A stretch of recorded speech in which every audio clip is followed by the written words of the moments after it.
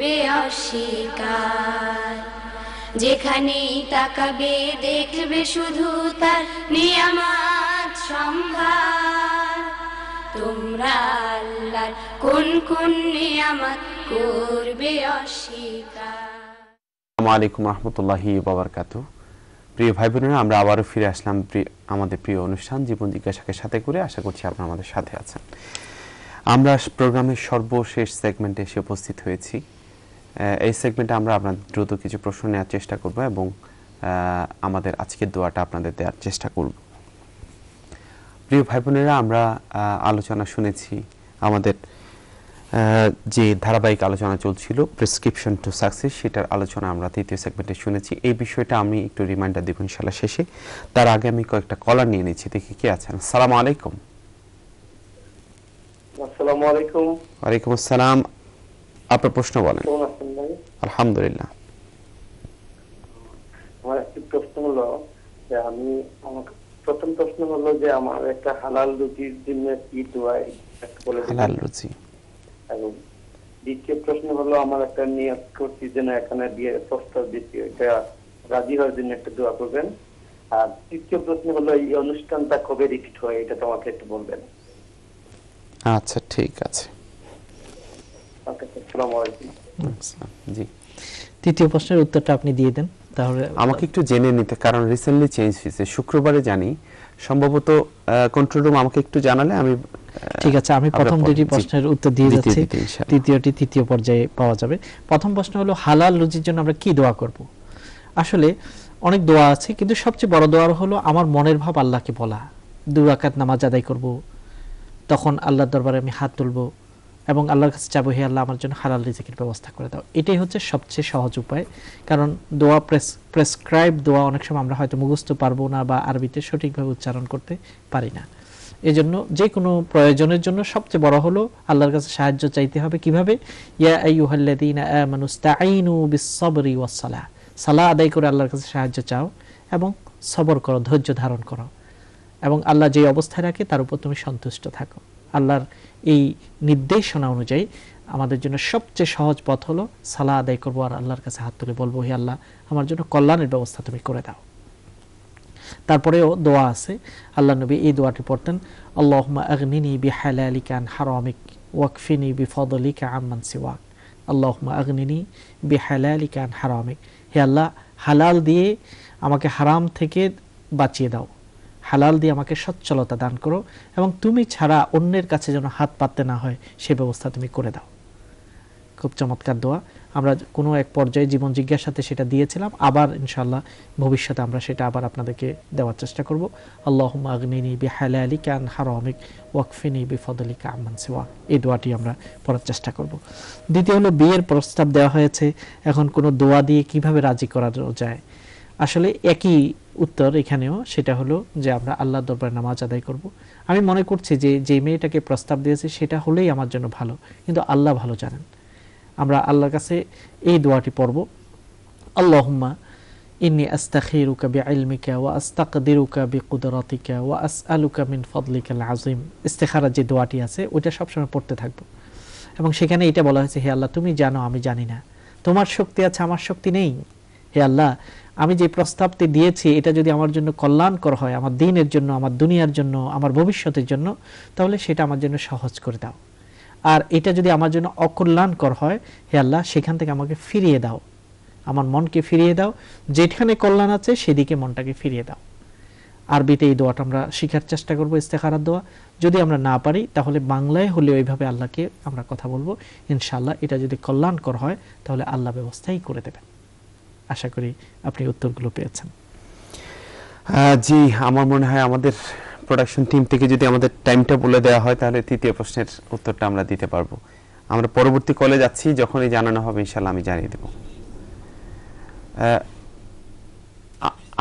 না, আমরা জানতে চাচ্ছিলাম যে জীবন জিজ্ঞাসার রিপিট কখন, কারণ একজন আমাদের জিজ্ঞেস করেছেন শুক্রবারে কখন। আমরা পরবর্তী কলে যাচ্ছি। আসসালামু আলাইকুম। আসসালামু আলাইকুম। কলার কি আছেন আমাদের সাথে? আসসালামু আলাইকুম। ওয়ালাইকুম আসসালাম। জি, আপনার প্রশ্ন বলেন। আমার প্রশ্ন হলো, একজন লোক যদি উমরা করতে মক্কা শরীফ যায় এবং তার উমরা করার পর সে কি আর উমরা অন্য কারোর জন্য, আত্মীয় স্বজনের জন্য করতে পারবে? আচ্ছা, পারলে পুরুষের বা মেয়ে লোকের করতে পারবে কিনা, অথবা জীবিত বা মৃত ব্যক্তি, একটু বলবেন। ওকে ওকে, জি ধন্যবাদ। যারা উমরা পালন করার জন্য যান তারা মনে মনে চিন্তা করেন, এত পয়সা খরচ করে যেহেতু এসেছি, অনেকগুলো উমরা যত বেশি করে নেওয়া যায়, প্রতিদিন 2-3টি করে, তাহলে তো অনেক বেশি উপকার হবে, এরকম ভেবে নেন। আসলে কিন্তু আল্লাহ নবী উমরা করার জন্য মদিনা থেকে মক্কায় এসেছিলেন। আল্লাহ নবী যখন মদিনা থেকে মক্কায় এসেছেন, যেমন হুদায়বিয়ার সন্ধি যেই বছর হয়েছিল, আল্লাহ নবী উমরা করার স্বপ্ন দেখেছিলেন, সাহাবাদেরকে তৈরি করে এসেছেন, কিন্তু মক্কাতে প্রবেশ করতে দেয়া হয়নি, তিনি ফিরে গেছেন। পরবর্তী বছর আবার সেই উমরাতুল কদা করার জন্য আসছেন, যে উমরাটা নিয়ত করেছিলেন সেটা করতে পারেনি, ওইটাকে কদা করার জন্য পরের বছর এসেছিলেন। তাহলে আল্লাহ নবী যখন কদা করতে আসলেন, উমরা পালনের জন্য মদিনা থেকে আসছেন, তিনি এক সফরে কয়টি উমরা করেছেন, এটাই হলো আমাদের জানার বিষয়। বিশুদ্ধ হাদিসগুলো থেকে আমরা পর্যালোচনা করে যেটা দেখি যে আল্লাহ নবী উমরা পালনের জন্য একই সফরে একবারেই শুধু উমরা করেছেন, বারবার উমরা করেন নাই। যেমন তিনি অন্যের কোনো কারো পক্ষ থেকে উমরা তিনি পালন করেন নাই, শুধু নিজের উমরা করেছেন এবং একটি করেছেন। এই জন্য স্কলাররা বলেন, হাদিসের স্কলাররা বলেন, আল্লাহ নবীকে যারা পরিপূর্ণ অনুসরণ করতে চায়, এটাই উত্তম যে এক সফরে একবার একটি উমরা পালন করবে।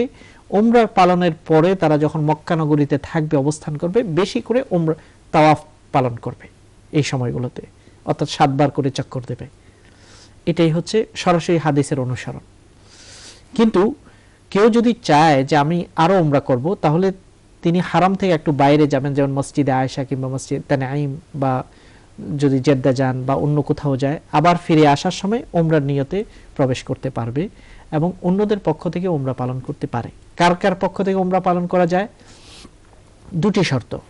এমন ব্যক্তির পক্ষ থেকে উমরা পালন করতে হবে যিনি দুনিয়াতে নেই, তার পক্ষে উমরা পালন সম্ভব নয়, এরকম ব্যক্তির পক্ষ থেকে উমরা পালন করা যায়। অথবা এমন কোনো অসুস্থ ব্যক্তির পক্ষ থেকে আদায় করা যায় যিনি অসুস্থতার কারণে সুস্থ হয়ে উমরা পালনের জন্য যেতে পারবে না। যেমন হজ যেমন 2 রকম ব্যক্তির পক্ষে আদায় করা হয়, উমরাও একইভাবে বদলি উমরা 2 জনের পক্ষ থেকে আদায় করা যায়। কিন্তু আমরা অনেকেই করি যে না, আমার আত্মীয় ফ্যামিলি মেম্বার্স যারা আছে সবার পক্ষ থেকে, তারা সুস্থ কি অসুস্থ, জীবিত কি মৃত, আসতে পারবে কি পারবে না, এত কিছু বিবেচনা না করে আমরা সবাই নামে নামে উমরা শুরু করি। কিন্তু এটার কোনো সহি সনদ বা অথেন্টিসিটি এখানে আমরা খুঁজে পাই না। এই জন্য আমরা এটাই বলবো যে সঠিক হলো একটি উমরা পালন করেন আর বেশি করে তাওয়াফ করে সবার জন্য দোয়া করেন। এটাই হচ্ছে আমাদের সাজেশন। এটা সুন্নতকে, হাদিসকে সরাসরি অনুসরণ করা হয়। তারপরেও যদি আমরা উমরা করতে চাই, মৃত ব্যক্তি এবং খুব অসুস্থ ব্যক্তি যারা উমরা পালনের যোগ্যতা রাখে না, তাদের পক্ষ থেকেই শুধু উমরা পালন করা যাবে। ধন্যবাদ। জি, দোয়াতে চলে যেতে হবে। ধন্যবাদ। আমরা আজকে যে দোয়াটি এখানে নির্বাচিত করেছি সেটা সুনানে আবু দাউদ থেকে, সেহাসিত্তার একটি গুরুত্বপূর্ণ কিতাব হলো আবু দাউদ, সেখান থেকে আমরা নির্বাচন করেছি। এই দোয়াটি হলো এই: আল্লাহুম্মা ইন্নী আউযু বিকা মিনাল বারাস ওয়াল জুনুন ওয়াল জুযাম ওয়া সাইয়িল আসকাম। আজকে স্ক্রিনে হয়তো দেখানো যাচ্ছে না, কিন্তু পরবর্তীতে হয়তো আপনারা দেখে নেবেন কিংবা ফেসবুকে এটা আপলোড করে দেওয়া হবে। যার অর্থ হলো আল্লাহুম্মা ইন্নী আউযু বিকা মিনাল বারাস, হে আল্লাহ, আমি কুষ্ঠ রোগ থেকে, যে শরীর সাদা হয়ে যায়, কতগুলো রোগ আছে, ওই রোগ থেকে তোমার কাছে প্রার্থনা করছি। ওয়াল জুনুন, এবং মানসিক রোগ হওয়া থেকে, পাগল হয়ে যাওয়া, উন্মাদ হয়ে যাওয়া, মানসিক রোগ হওয়া থেকে আমি পানা চাচ্ছি। ওয়াল জুজাম, এবং চর্মরোগ ইত্যাদি থেকে আমি তোমার কাছে পানা চাই। এবং ওয়ামিন সাইয়িল আসকাম, এবং যত খারাপ জটিল কঠিন রোগ হতে পারে সবগুলো রোগ থেকে আমি তোমার কাছে মুক্তি চাই। আমরা সকলে সবসময় অনুরোধ করি যে আমরা যেন রোগ শোক থেকে মুক্তি পাই। কি করে কি দোয়া পড়ব? সুনানে আবি দাউদ এই হাদিসটি হাদিসুন হাসানুন, গ্রহণযোগ্য হাদিস। এই হাদিসের আলোকে এই দোয়াটি আমরা বেশি করে পড়ব, যেন আল্লাহ আমাদেরকে জটিল এবং কঠিন রোগগুলো থেকে মুক্ত দিয়ে আল্লাহর ইবাদতে সুস্থ থেকে সময় কাটানোর তৌফিক দান করেন। আল্লাহ আমার জন্য, আমরা যারা এখানে আছি তাদের জন্য এবং সকল দর্শক ভাই বোনদের পক্ষ থেকে এই দোয়াটি যেন কবুল করে নেন। আমিন। জাযাকুমুল্লাহ শেখ। প্রিয় ভাই বোনেরা, আমরা শেষ করতে যাচ্ছি আজকের জীবন জিজ্ঞাসা।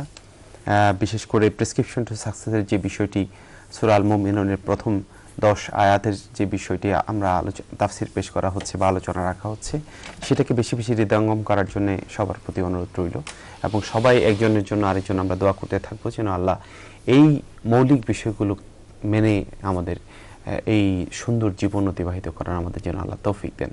আল্লাহর কাছে এই তৌফিক কামনা করে আমরা আজকের অনুষ্ঠান এখানে শেষ করছি। দেখা হচ্ছে ইনশাআল্লাহ, আশা করছি আগামী সপ্তাহে, আল্লাহ যদি সবাইকে সুস্থ রাখেন। এই পর্যন্ত সবাই ভালো থাকবেন, সুন্দর থাকবেন। আসসালামু আলাইকুম ওয়া রাহমাতুল্লাহি ওয়া বারাকাতুহু। তোমরা আল্লাহর কোন কোন নিয়ামত করবে অস্বীকার, যেখানেই তাকাবে